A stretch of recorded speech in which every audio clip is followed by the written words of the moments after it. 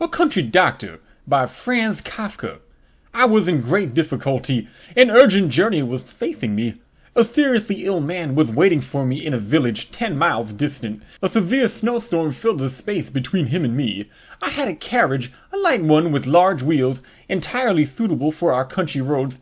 Wrapped up in furs with the bags of instruments in my hand, I was already standing in the courtyard, ready for the journey. But the horse was missing. My own horse had died the previous night, as a result of overexertion in this icy winter. My servant girl was at this very moment running around the village to see if she could borrow a horse, but it was hopeless. I knew that, and I stood there useless, increasingly covered with snow, becoming all the time more immobile. The girl appeared at the gate alone. She was swinging the lantern. Of course, who was now going to lend her his horse for such a journey? I walked once again across the courtyard. I couldn't see what to do. Distracted and tormented, I kicked my foot against the cracked door of the pigsty which had not been used for years.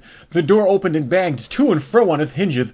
A warmth and smell as if from horses came out. A dim stall lantern on a rope swayed inside. A man huddled down in the stall below showed his blue-eyed face. "Shall I hitch up?" he asked, crawling out on all fours. I didn't know what to say, and bent down to see what was still in the stall. The servant girl stood beside me. "One doesn't know what sort of things one has stored in one's own house," she said, and we both laughed. "Hey, brother! Hey, sister!" the groom cried out.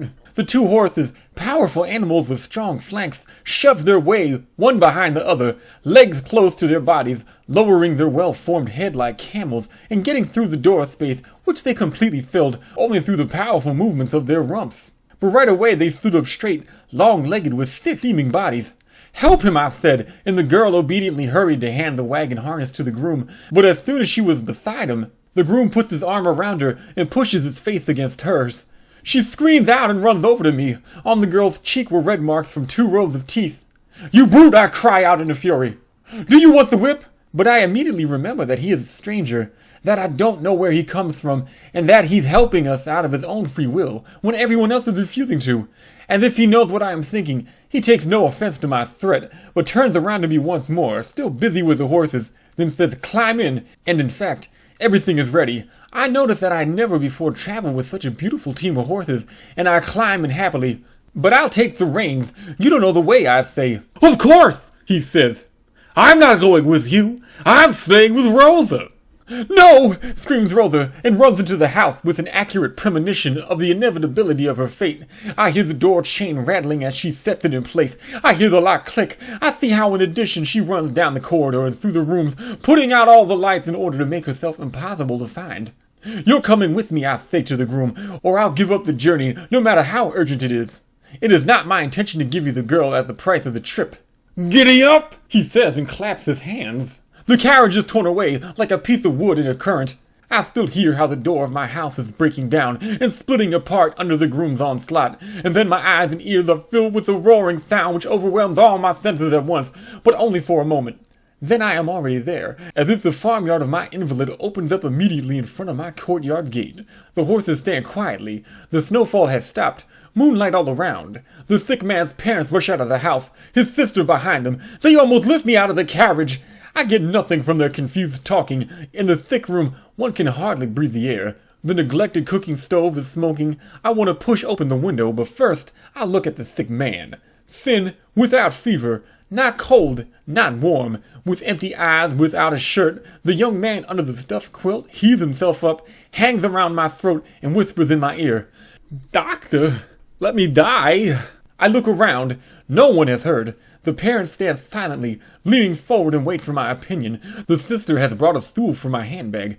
I open the bag and look among my instruments. The young man constantly gropes at me from the bed to remind me of his request. I take some tweezers, test them in the candlelight, and put them back. Yes, I think blasphemously, in such causes the gods do help. They send the missing horse, even add a second one because it's urgent, and even throw in a groom as a bonus. Now, for the first time, I think once more of Rosa. What am I doing? How am I saving her? How do I pull her out from under this groom, 10 miles away from her, with uncontrollable horses in front of my carriage?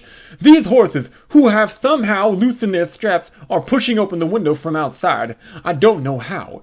Each one is sticking its head through a window, and, unmoved by the crying of the family, is observing the invalid.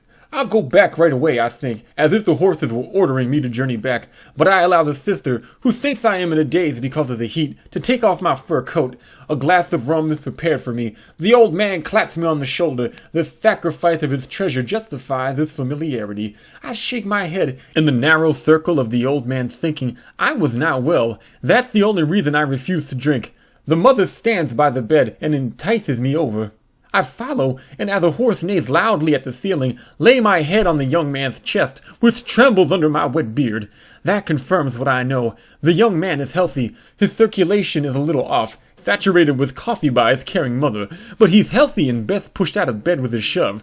I'm no improver of the world, and let him lie there. I am employed by the district to do my duty to the full, right to the point where it's almost too much. Badly paid, but I'm generous and ready to help the poor. I still have to look after Rosa, and then the young man may have his way. And I want to die too. What am I doing here in this endless winter? My horse is dead, and there is no one in the village who'll lend me his. I have to drag my team out of the pigsty. If they hadn't happened to be horses, I'd have had to travel with pigs. That's the way it is, and I nod to the family. They know nothing about it, and if they did know, they wouldn't believe it. Incidentally, it's easy to write prescriptions, but difficult to come to an understanding with people. Now, at this point, my visit might have come to an end. They have once more called for my help unnecessarily. I'm used to that.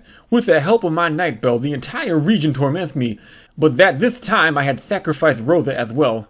This beautiful girl, who lives in my house all year long, and whom I scarcely notice, this sacrifice is too great, and I must somehow, in my own head, subtly rationalize it away for the moment, in order not to let loose at this family, who cannot, even with their best will, give me Rosa back again.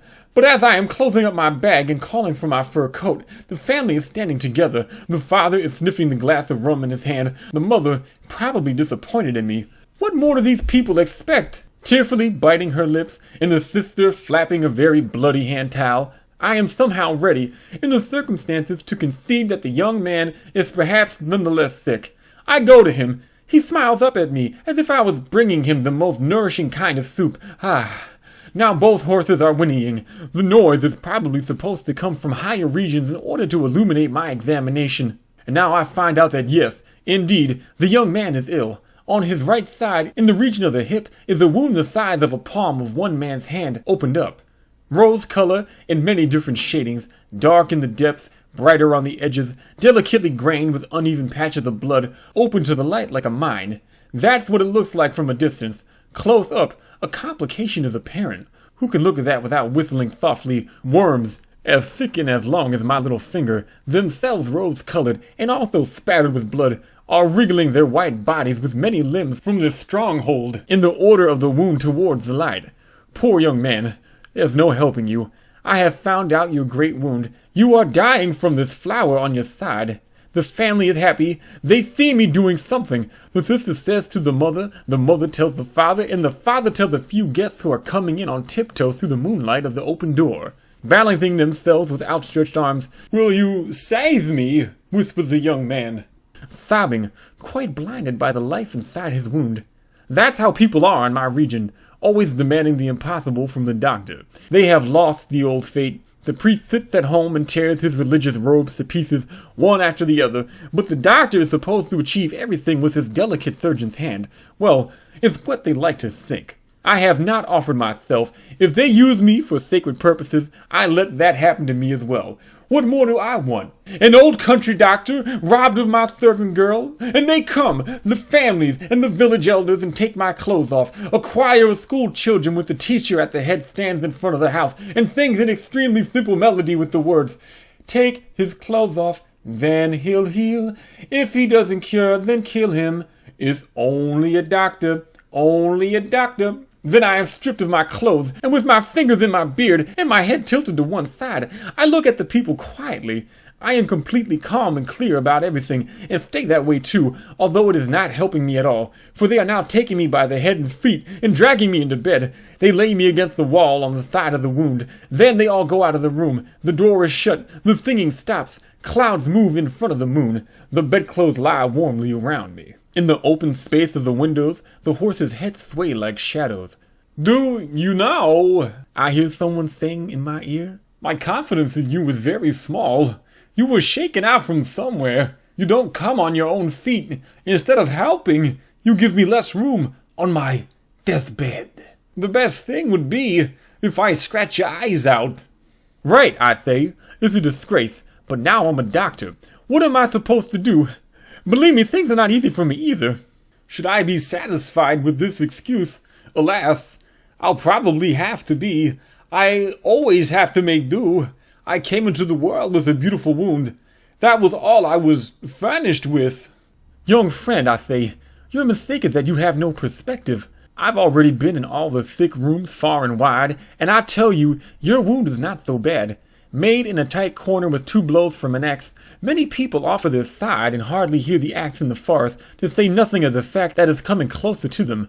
Is that really so? Or are you deceiving me in my fever? It is truly so. Take the word of honor of a medical doctor. He took my word and grew still. But now it was time to think about my escape. The horses were still, standing loyally in place. Clothes, fur, coat, and bag were quickly snatched up. I didn't want to delay by getting dressed. If the horses rushed as they had on the journey out, I should in fact be sprinting out of that bed into my own, as it were. One horse obediently pulled back from the window. I threw the bundle into the carriage. The fur coat flew too far and was caught on a hook by only one arm. Good enough. I swung myself up onto the horse, the reins dragging loosely, one horse barely harnessed to the other, the carriage swaying behind. Last of all, the fur coat in the snow. Giddy up, I said, but there was no giddying up about it. We dragged through the snowy desert like old men. For a long time the fresh but inaccurate singing of the children resounded behind us. Enjoy yourselves, you patients. The doctor's laid in bed with you. I'll never come home at this rate. My flourishing practice is lost. A successor is robbing me, but to no avail, for he cannot replace me. In my house, the disgusting groom is wreaking havoc. Rosa is his victim. I will not think it through. Naked, abandoned to the frost of this unhappy age, with an earthly carriage and unearthly horses, I drive around by myself, an old man. My fur coat hangs behind the wagon, but I cannot reach it, and no one from the nimble rabble of patients lifts a finger. Betrayed! Betrayed! Once one response to a false alarm on the night bell, there's no making it good again. Not ever.